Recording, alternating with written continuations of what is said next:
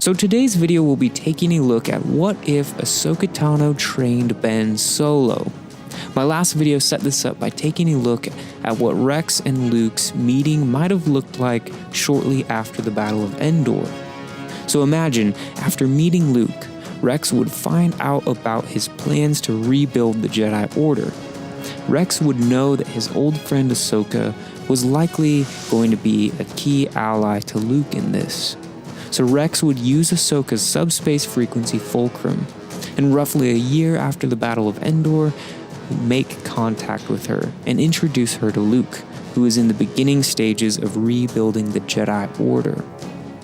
Ahsoka would be eager to help Luke because she believed in what the Jedi originally stood for. The Jedi were meant to be keepers of the peace. They were meant to be for the people. And she saw how the old order fell and gave way to Darth Sidious. But this would be a chance to change things for the better. Ahsoka would offer insight that kept Luke from repeating the same mistakes as the previous Jedi. She tells him how the Jedi struggled to see past themselves. They had stopped being peacekeepers who were for the people and instead became trapped by politics and war.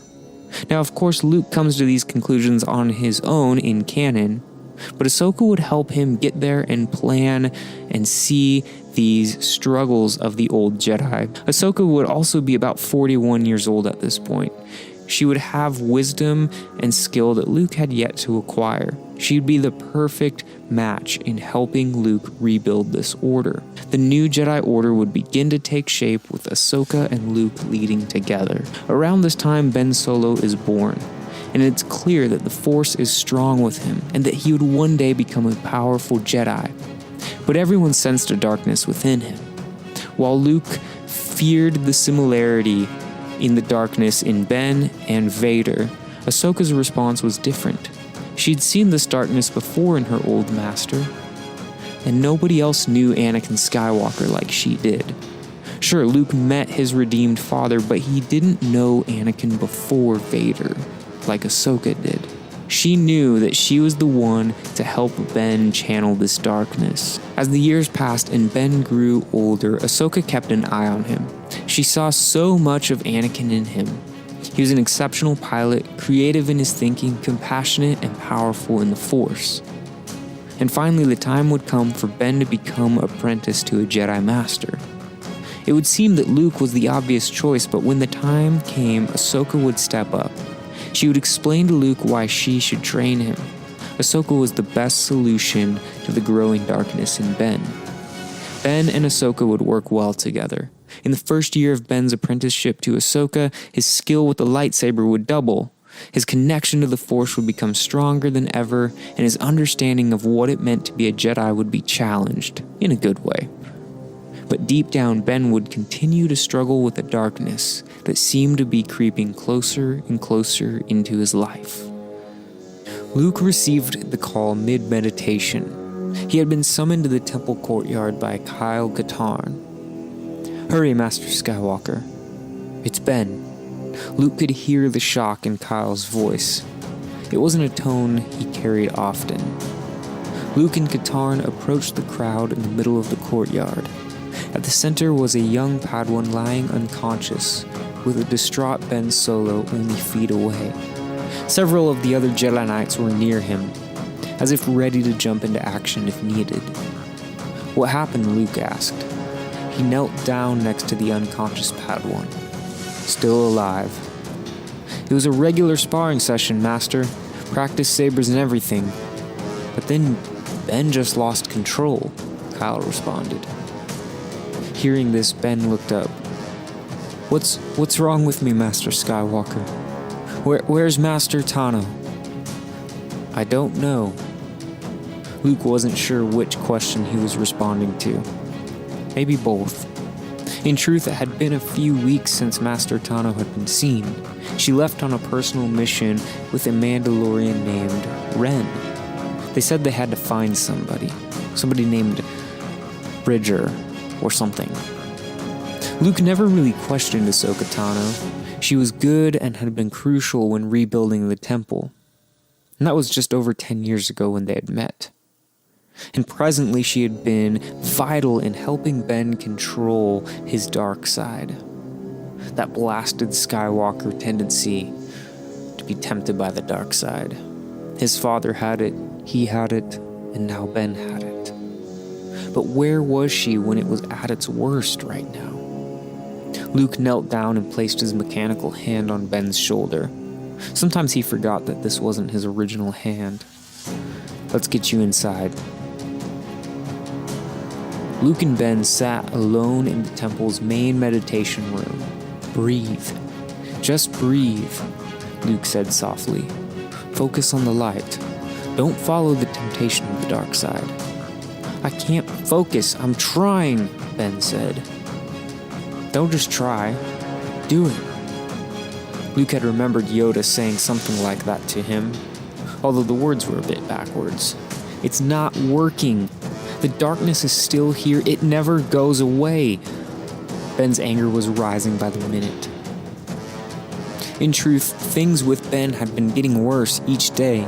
It was like there was something or someone driving him deeper toward the dark side. Luke couldn't explain it. He was losing Ben, and Ahsoka was who knows where to help him. The walls began to shake. Sweat flowed from Ben's face. Luke wasn't even sure what he was angered by, but that was the problem. There was so much repressed anger in this young Padawan.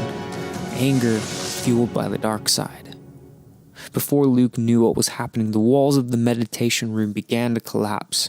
"Ben, no!" Luke shouted. The shaking stopped, and as quickly as it came, the room, or what's left of the room, was silent. Luke stared in disbelief. What is wrong with you? Luke meant to keep that a silent thought. And at hearing this, tears flowed from Ben's eyes. You're supposed to help me, Master. At that, he used the Force to send Luke flying across the room. The landing stunned Luke, and before he could collect himself, Ben was gone. Reaching for his comm, he called Kyle. Ben is trying to escape. Luke kicked himself for saying it that way. It was that mentality that was driving Ben away. Luke knew that Ben was aware of the fear everyone had of him. Everyone feared him, except Ahsoka. Where was she? Ben had made it off the temple grounds. He had taken a maintenance speeder. It wasn't ideal, but it would get him far enough away from the temple and hopefully to a place that he could maybe find a ship. It didn't matter. He'd hop on a ship and he'd find him. The voice inside his head. It had offered him protection before. His parents had dumped him off with Uncle Luke. Luke didn't understand him. And Master Tano, the only one who seemed to understand him, had abandoned him. It was time to find the one behind the voice, the one who seemed to understand him most. Ben's abandoned lightsaber was a painful reminder that if she had been there, maybe things would have played out differently. If the stakes weren't so high, Ahsoka would have been able to see the dark humor in the fact that she couldn't seem to leave the Skywalkers alone or they would fall apart. She still couldn't believe that Ben had left, though. More importantly, she couldn't believe that Luke had failed him so miserably. But then again, she was also surprised by Anakin as well. Well, did you find Ezra? Luke was standing behind Ahsoka. No. She knew that Luke's real question was, well, was it worth not being here for nothing when it mattered the most? The search for Ezra would have to take a back seat to the search for Ben. Ahsoka knew that he was out there and needed her more than ever. So she packed her things and set off again. Once again to find a lost Jedi on a distant Outer Rim fuel station. Ben had no idea where he was. It was a small fuel station on a remote moon, but that was all he knew.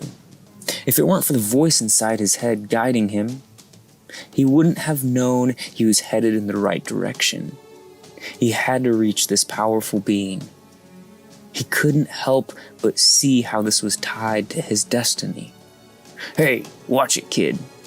Ben had just absent-mindedly bumped into a dock worker. "Focus," he said to himself.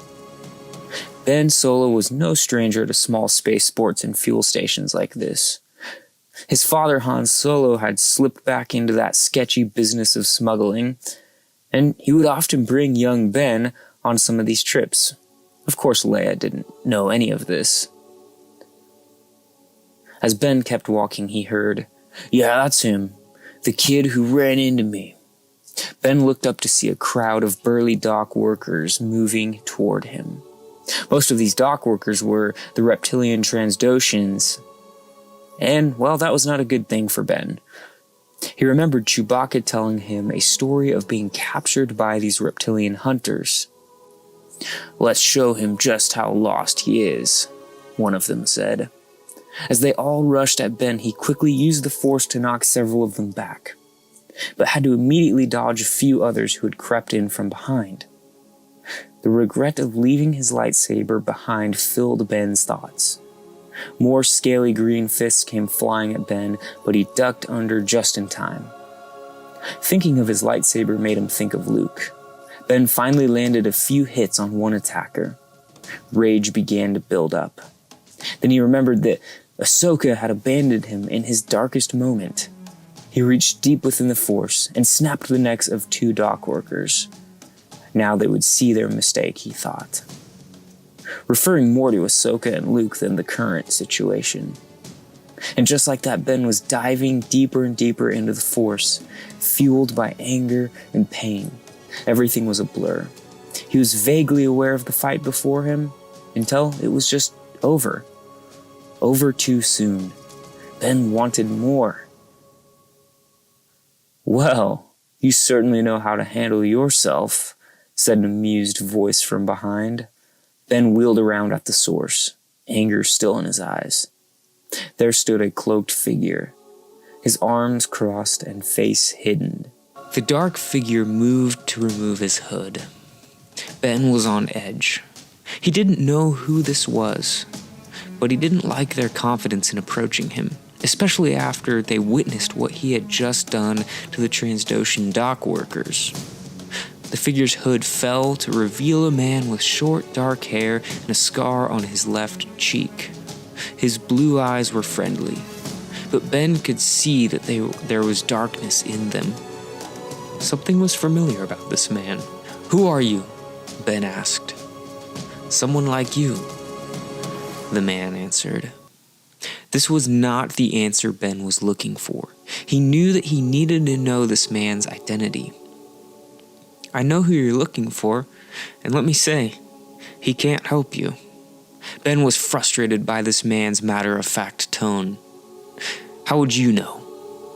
Ben wasn't even going to dwell on the fact that this man seemed to know what Ben had not said out loud to anyone. And that was that he was looking for the voice inside his head that he knew was calling him to the dark side. The power you have, the anger, and most importantly, the stench of desperation. I've experienced all of those firsthand, and, well, the one you're looking for seems like the easiest solution, but he's not, the man responded. "Tell me who you are," Ben demanded. As if the man didn't hear, he continued. "Let me guess, you found yourself with a frustratingly mysterious mentor, or, who am I kidding? I know what you are. You found yourself with a Jedi Master who doesn't tell you what you want to hear." Astounded, Ben again demanded for the man's name. The man finally acknowledged that Ben had asked a question. He laughed and introduced himself. "I'm Ezra. Ezra Bridger. You and I have more in common than you might realize. I know you. My master abandoned me in search for you. She left with a Mandalorian woman. She left me alone when I needed her the most," Ben cried. "So they are looking for me," Ezra trailed off. Ben couldn't tell if he was talking to him or making a note of something to himself. After a brief pause, Ezra looked at Ben. "So what's your name?" "Ben. Ben Solo," Ben replied. Solo. Never heard the name. So you're a Jedi? He asked casually. I was. Not anymore, though. Ah, so you're trouble. Been there. Look, I know your master. She didn't abandon you. She just has terrible luck leaving when she's needed most. Ben grunted. Well, this is an obvious crime scene. You laid waste to a whole gang of Transdoshans. This place will be swarming with security soon. Come, you can stay with me. Ben followed Ezra back to his place. It was a small place above a mechanic shop. Ezra began to explain his story. He explained that the last time he saw any of his old friends was in a battle against the Empire, on a planet called Lothal. He was launched into the unknown regions with an enemy called Thrawn. Ezra didn't know what happened to Thrawn, because by the time he had come back to consciousness, he was alone. He explained that it took him months to find his way out of the unknown regions, and even then, he couldn't remember who he was or where he came from. After explaining to Ben that he finally found his way to a small spaceport in the Outer Rim, he said that his memory was beginning to return to him in flashes. However, it would be a few years before he could even remember specifics about his past. During this time, he picked up work where he could. And eventually he did remember who he was, but at that point he had given up. There was no point in going back. The war was over. His friends probably forgotten or dead. So he stayed here. Ben spent several weeks with Ezra. Ezra told him about battles he was a part of in the Galactic Civil War. He told of his master Kanan and Kanan's sacrifice. After a few weeks, Ezra even began to teach Ben. Despite his own formal training being cut short, Ezra was forced to rely on the Force. When he was lost in the unknown regions, he had nothing else. Ezra taught Ben balance. He knew the frustration of a mysterious master. He knew the temptation of the dark side. He could see so much of his younger self in Ben. Hey, they even related on the fact that their parents were both rebels. This was a chance for redemption. Ezra had to save Ben from the dark. Meanwhile, the trail seemed to have gone cold for Ahsoka. Ben was seen leaving in a maintenance speeder, so that would mean that if he had gotten off planet, which she was sure he did, he had to have taken public transport or stole something. Either way, he couldn't have gotten too far. It had been a long time since Ahsoka felt this lost. She had failed her Padawan. She failed another Skywalker. What she would do for some words of wisdom from Anakin or even Obi-Wan. Oh, how long ago that time was. As if on cue, the dark cockpit of her ship was filled with a blue glow. Hello, Snips. This was the first time that Anakin had come to visit Ahsoka. The last time Ahsoka saw Anakin, he was running off to save the Chancellor. Ahsoka would have heard of his redemption from Luke, and even though she was hurt by his actions as Vader, she was comforted to see her old master's face. He looked much like she remembered. But there was a layer of sadness that did not fit her memory of the Jedi Knight Anakin Skywalker. Seeing Anakin was complicated, but she needed someone's counsel, and Obi-Wan didn't show up. Apparently she was getting the counsel of Darth Vader then. Ahsoka told Anakin of her failure with Ben. She told him about Ben's anger, his pull to the dark side, and his tension with Luke. All of this was too familiar to Anakin. Speaking from experience, Anakin would tell Ahsoka that Ben needed those closest to him now more than ever. Ahsoka hung her head in guilt. Picking up on this, Anakin told her that he didn't blame her for his turn to the dark side, but Ahsoka couldn't help but feeling like if she had reached out to him or been more excited to see him, things may have been different. Trust your feelings, Ahsoka, and you will find him. And just like that, Anakin was gone. With a long sigh, Ahsoka reached out to the Force. She concentrated on Ben. Ahsoka would set out with a newfound trust in the Force. At this point, Ahsoka has become as in tune with the will of the Force as Qui-Gon Jinn was. If anyone was going to find Ben and guide him away from the dark side, it was her. Her trust in the Force and even experience with Anakin Skywalker would be crucial to the task Luke failed at in the sequel trilogy. Though let me say, I don't think Return of the Jedi Luke would have actually failed with Ben. But, he did in canon, so alright. Meanwhile, Ben's time with Ezra would be incredibly formative. He would gain insight into the Force that he would not have received from anybody else. He would even gain an understanding of the fringe parts of the galaxy due to Ezra's own experience in the unknown regions and more. But Ben was looking for power, and at this point, Ezra did not have it. Of course, he was powerful and had a lot to teach Ben, but he couldn't offer Ben control like he sought. Control that the dark side was tempting him with. Eventually, Ben would depart from Ezra and continue his search for the elusive dark side figure he heard in his head. This time, though, Ben's goal wasn't to follow this potential master. His goal was to destroy him so that he did not have any power over him. Ezra made it clear that he would never have control while this dark master had a place in his thoughts. Malachor. That was the name the voice inside Ben's head kept saying. Ben had heard of this planet. It was an ancient planet, home to a Sith temple. In addition, Ezra had told him this was the place where he and his old master battled alongside Ahsoka against his grandfather, Darth Vader. After hearing that story and hearing the voice repeat Malachor, Ben decided he must find this planet. The voice inside his head was waiting for him there. Ezra was concerned that Ben was heading for Malachor, but he was unable to stop him. He knew that the only one who could do that was Ahsoka. Ezra was nervous to go back. It had been a long time since he had seen his friends. He had changed so much since being launched into the unknown regions. Ben wasn't the only one that benefited from their time together. Ezra was reminded that he had a role to play in the galaxy still.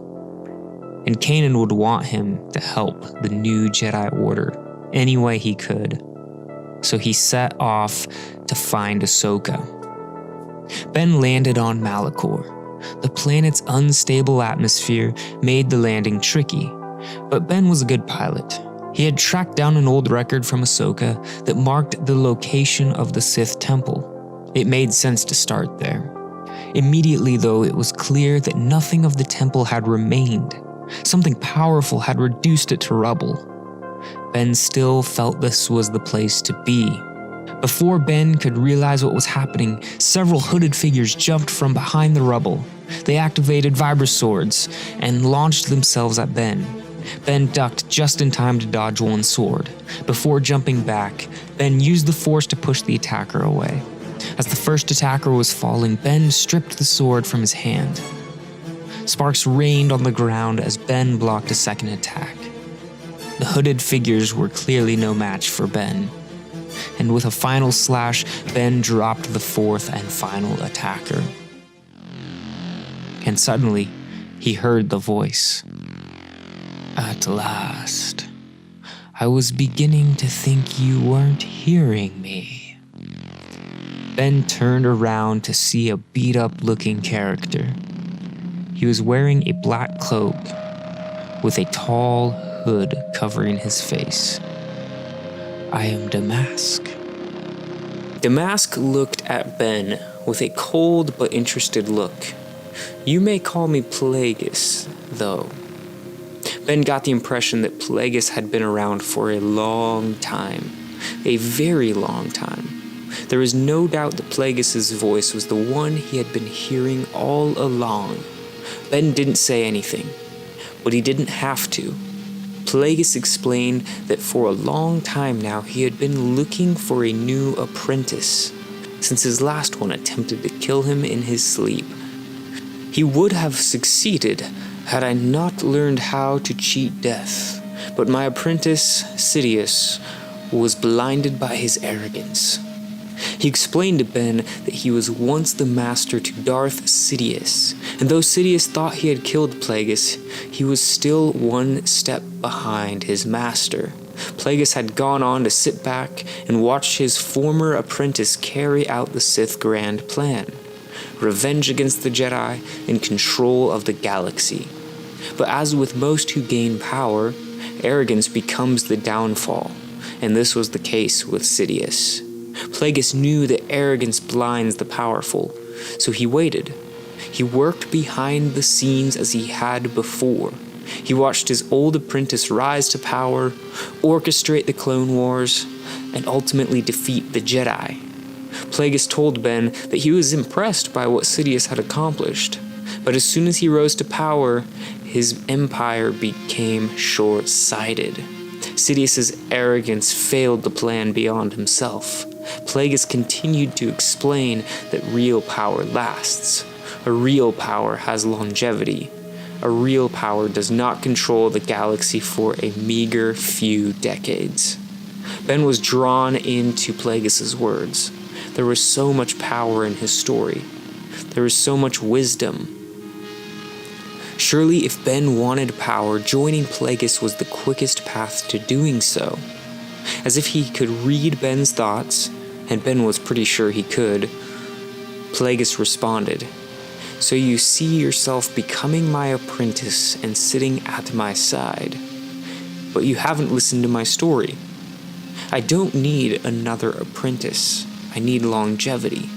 Longevity that my frail body cannot sustain. A strong body that has not been maimed by Sidious." Instantly Ben knew Plagueis' purpose for him. The dark side didn't want him, it just wanted to use him. Ahsoka had always warned him that this was how the dark side worked. Suddenly Ben wished that Ahsoka was with him right now. Ben turned to run back to his ship, but before he could, Plagueis lifted one hand, raising Ben off the ground with the Force. He motioned with the other hand. 2 guards appeared out of the shadows to take him away.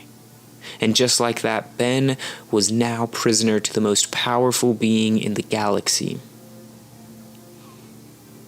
Ahsoka brought her ship out of hyperspace, just within the Corlean sector, in the Outer Rim. She knew that Ben was after a dark side figure, and Malachor was the place she had encountered the dark side once before. So she'd start there. Ahsoka approached the hellish planet with caution. Its unstable atmosphere did not lend itself to flying. Ahsoka landed her ship near the ruins of the temple she had once dueled Vader at. It quickly became clear that she was in the right place.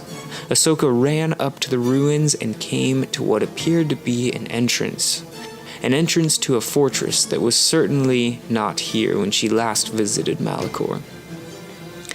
It was clear that someone powerful was at work here. She approached the fortress. Surely Ben was here. She could feel it. Ahsoka was immediately greeted by the same guards that took Ben away. They activated Vibraswords and began to attack, but Ahsoka was ready for this. She ducked out of the way and activated her pure white lightsabers. With a swift motion, she cut through one attacker and immediately blocked the second attacker. The fight was over in seconds. Ahsoka deactivated her sabers and ran further into the fortress.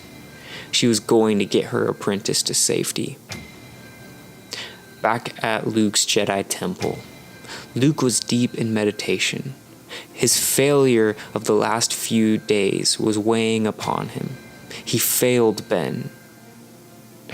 But he knew it did not do any good to dwell on his mistakes, so the Force would show him the way to make it right. At that moment, Kyle Katarn came in to interrupt his meditation. He told the Grand Master that a man named Ezra had just arrived. Luke went out to meet Ezra. He had only heard stories of this man, and they were roughly the same age. but both men looked as if they had lived 100 lifetimes. Ezra explained his time in the unknown regions and his shame in not returning to his friends. Finally, Ezra told Luke that Ben was headed toward Malachor, and someone powerful was waiting for him. In response, Luke would tell Kyle to assemble a strike team of Jedi Knights. The new Jedi Order was headed to Malachor to face the unknown evil there. At this point in our story, Ben is a prisoner to Plagueis, who wants to take the power from Ben's body, because his own is decaying and weakened. Ahsoka has arrived on Malachor and is searching the Dark Fortress for Ben. And on the other side of the galaxy, Luke has gathered a strike team of Jedi along with Ezra Bridger. A normal person would have been lost in the deep tunnels of the Dark Fortress of Malachor, but Ahsoka's reliance on the Force made her path clear. She could feel that she was close to finding Ben. She would use this intuition to avoid detection and get to where her apprentice was. This led her to a large open room. In the middle, Ben was on the ground, lifeless. Darkness surrounded the room, and Ahsoka ran over to Ben. He was still alive, barely, though. And at that moment, a lightsaber ignited from the darkest corner of the room. And then another, and another. Very soon, the dark room was illuminated red. Dozens of red lightsabers surrounded Ahsoka. Plagueis stepped into view. He explained to Ahsoka that he was draining the life force from Ben's body as they spoke, and with every minute that passed, Plagueis grew more and more powerful. As Plagueis stepped closer to Ahsoka, the dozens of warriors fell in line behind him. Ahsoka knew she was outmatched, but there was nowhere to run, and she sure wasn't going to leave without Ben. Before she could formulate a plan, though, Plagueis began sending his warriors at Ahsoka. She quickly drew her white lightsabers and began a ferocious but hopeless duel. The warriors were not quite Sith, but it was clear they were well trained in lightsaber combat. One at a time, Ahsoka would have carved through them in her sleep, but their sheer number prevented any advantage. Soon, Ahsoka became overwhelmed, and in an instant the lightsaber in her left hand was cut in two. The small explosion stunned her and gave one of her attackers enough time to swipe his lightsaber across Ahsoka's back. She dropped to her hands and knees. It was over. Ahsoka could see the red light of one saber raised to finish her off. But suddenly, a flood of green light filled the room, and a clash of lightsabers interrupted Ahsoka's imminent death. Ahsoka looked up to see a much older Ezra Bridger smiling at her. He had just blocked and defeated Ahsoka's would-be killer. "You're late," she said to him. "And not just to this, you've missed a lot." Ahsoka slowly got up and picked up her remaining lightsaber. It was nice to have Ezra here, but they were still far outnumbered. As if on cue, the sound of more lightsabers began to fill the room. This time, there was a mix of blue, green, yellow, and purple. And this time, it was Luke Skywalker that stepped out of the darkness.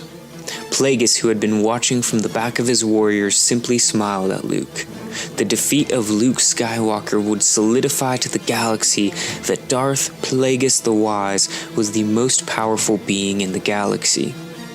A being thought to be dead who would eliminate the son of the Chosen One and his Jedi Order. With a blur, Luke's Jedi charged against Darth Plagueis' army of Sith warriors.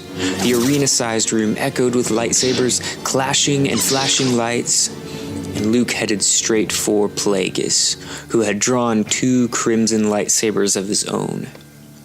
The battle between Sith Lord and Grand Master was furious. Plagueis, who was being fueled by Ben's life force, had a speed that Luke had never encountered. But Luke was also fast and also powerful with the Force. The duel quickly turned from skill with a lightsaber to both masters testing their knowledge of the Force against one another.